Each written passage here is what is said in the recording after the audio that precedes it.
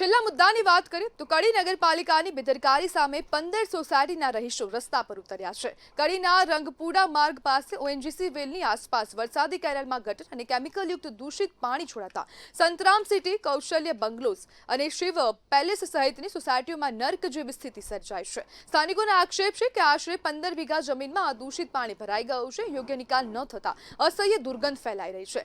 માખી મચ્છરનો ઉપદ્રવ વધ્યો છે અને રહીશો તાવ, શરદી તેમજ મચ્છરજન્ય રોગોથી પીડાઈ રહ્યા છે।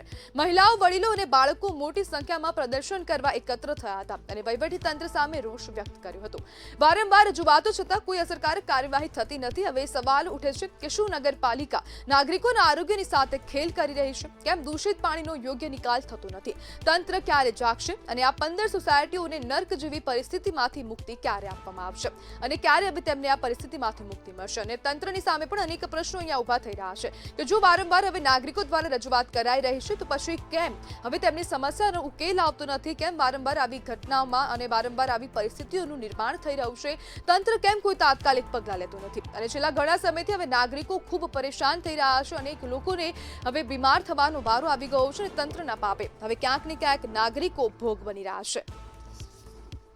ત્યારે કડીની આ સમગ્ર ઘટના છે। એક સાથે 15 જેટલી જે સોસાયટીઓ છે તેમાં હવે નાગરિકો ખૂબ પરેશાન થઈ રહ્યા છે। અસહ્ય દુર્ગંધ આવી રહી છે અને નાગરિકો રસ્તા પરથી પસાર થાય છે ત્યારે પણ તેમને ખૂબ દુર્ગંધ આવે છે। મોઢા પર હાથ રાખીને ત્યાંથી પસાર થવું પડે છે। નાગરિકો ખૂબ પરેશાની ભોગવી રહ્યા છે। નગરપાલિકાની બેદરકારીની સામે રહીશોનો ઉગ્ર વિરોધ છે। મોટી સંખ્યામાં જે રહીશો છે તે લોકો પણ એકઠા થઈ ગયા હતા અને છેલ્લા ઘણા સમયથી હવે આ ગટરનું પાણી, કેમિકલયુક્ત પાણી ખૂબ છોડવામાં આવી રહ્યું છે। અને આજ બધે આપણી સાથે ચર્ચા કરવા માટે સંતરામ વાટિકા સોસાયટીના પ્રમુખ રસિક વાળંદ જોડાઈ ગયા છે। રસિકભાઈ, કેમિકલયુક્ત પાણીથી નાગરિકો ખૂબ હેરાન છે, શું કહેશો?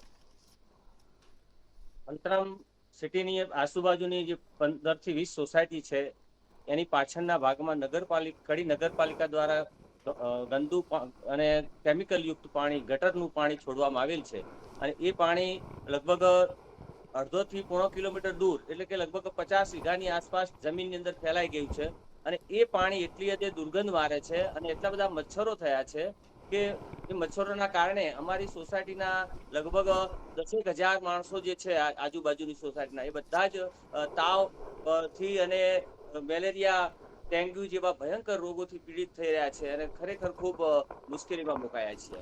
રસિકભાઈ, છેલ્લા કેટલા સમયથી આ પરેશાનીનો સામનો કરવો પડી રહ્યો છે?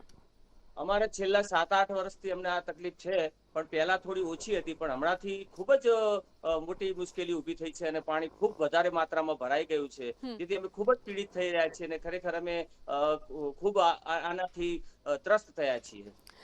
રસિકભાઈ, શું તંત્રમાં વારંવાર રજૂઆત કરી છે કે કેમ? જો રજૂઆત કરીશું તો અધિકારીઓ શું જવાબ આપી રહ્યા છે?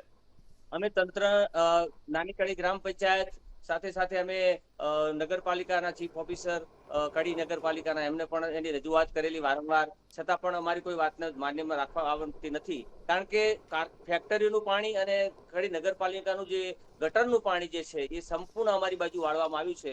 તો એમને ગમે તે કોઈ મિલી ભગત હોય કે અમને ખબર નથી, પણ એમને ખરેખર અહીંયા અમારા માટે કોઈ એવો પ્રયત્ન કર્યો નથી। હવે વારંવાર રજૂઆત છતાં પણ અમારી કોઈ વાત સાંભળતા નથી। અમે ગઈકાલે પણ, અમે 2 દિવસ પહેલા પણ અમે આનો મોટા પ્રમાણની અંદર અમે એની રેખી કરવા માટે ગયેલા, જોવા માટે, અને ત્યાં પત્રકારોને મેં બોલાવેલા, ત્યારે પણ અમારી કોઈ વાતને કોઈ માનવા તૈયાર નથી।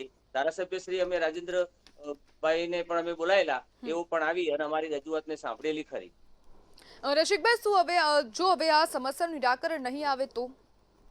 હા, હવે જો સમસ્યાનું નિરાકરણ નહીં આવે તો હવે અત્યારે તો શાંતિથી બેસી રહ્યા છીએ, પણ જો નિરાકરણ નહીં આવે તો અમે ગાંધીજી ત્યાં રાહે અમે એનું ખૂબ ઉગ્ર આંદોલન કરવાના છીએ। જી બિલકુલ, રસિકભાઈ, જોડાવા બદલ આપનો આભાર।